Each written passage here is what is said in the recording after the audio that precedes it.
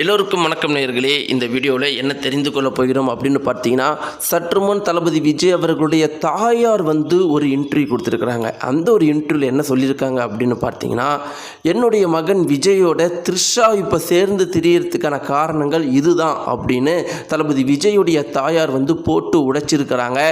இது ஒரு மிகப்பெரும் அளவுக்கு வைரலாக இந்த ஒரு விஷயம் பரவிட்டுருக்கு.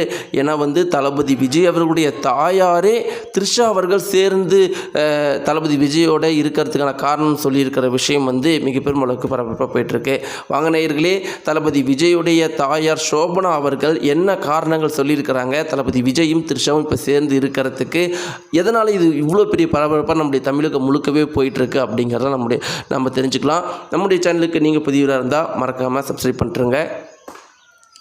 நேயர்களே, அஜித் அவர்களுடைய தாயாருடைய இறுதி சடங்கு அப்போ தளபதி விஜய் அவர்கள் வந்திருந்தாங்க. முதல் முறையாக தளபதி விஜய் அவர்களும் அஜித் அவர்களும் சேர்ந்து விஷயம் மிக பெரும் அளவுக்கு மகிழ்ச்சியை தமிழகம் முழுக்கவே ஏற்படுத்தினுச்சு. அப்படியே அடுத்த செகண்ட் பார்த்தீங்கன்னா பின்னாடி த்ரிஷா அவர்கள் இருக்கிறாங்க.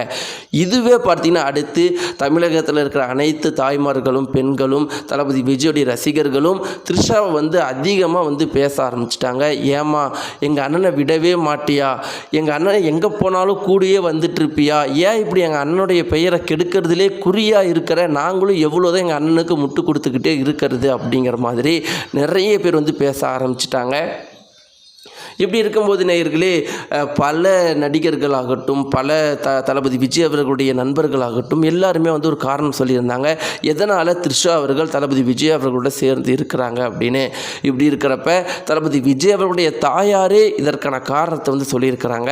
அவங்க என்ன சொல்லியிருக்காங்க அப்படின்னு பார்த்தீங்கன்னா, இப்போ சோசியல் மீடியாக்கள் முழுக்கவே என்னுடைய மகனையும் த்ரிஷாவையும் வச்சு தான் தவறாக பேசிகிட்டு இருக்காங்க அப்படிங்கிறது எனக்கு தெரியும். ஆனால் த்ரிஷா அவங்களையும் நான் தவறாக பேச மாட்டேன். ஏன்னா த்ரிஷா அவர்களையும் அவங்க கூட என் கூட நிறைய டைம் ஸ்பெண்ட் பண்ணியிருக்கிறாங்க. த்ரிஷா அவங்களோட டைம் ஸ்பெண்ட் பண்ணும்போது மைண்டுக்கே ரொம்பவே ரிலாக்ஸாக இருக்கும்.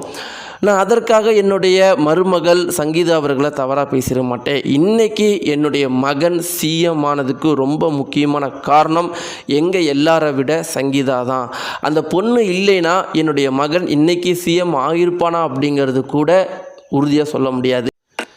ஏன்னா உங்கள் எல்லாருக்குமே தெரியும் சினிமா துறைனா எப்படி இருக்கும். அங்கே ஒரு நடிகருக்கு சுற்றி எத்தனை நடிகைகள் இருப்பாங்க அப்படின்னு. அதே மாதிரி நம்முடைய சினிமா துறையில் எத்தனையோ நடிகர்கள் இந்த மாதிரி ஹீரோயின்ஸ் கான்ட்ரவர்சியில் சிக்கி இருக்கிறாங்க. தடம் புரண்டு வாழ்க்கையை வீணாக போனவங்க எத்தனையோ பேர் இருக்கிறாங்க. அப்படி இருக்கிற பட்சத்தில் என்னுடைய மகன் விஜய் இன்னைக்கு இன்னைக்கு வரைக்கும் எந்த ஒரு பொண்ணுங்களுடைய ஹீரோயினோட கான்ட்ரவர்சியில் சிக்காமல் இந்த அளவுக்கு சூப்பராக 2021-22 வரைக்கும் ஒரு சின்ன விஷயத்தில் கூட சிக்காமல் வந்ததுக்கு காரணம் சங்கீதா மட்டும்தான்.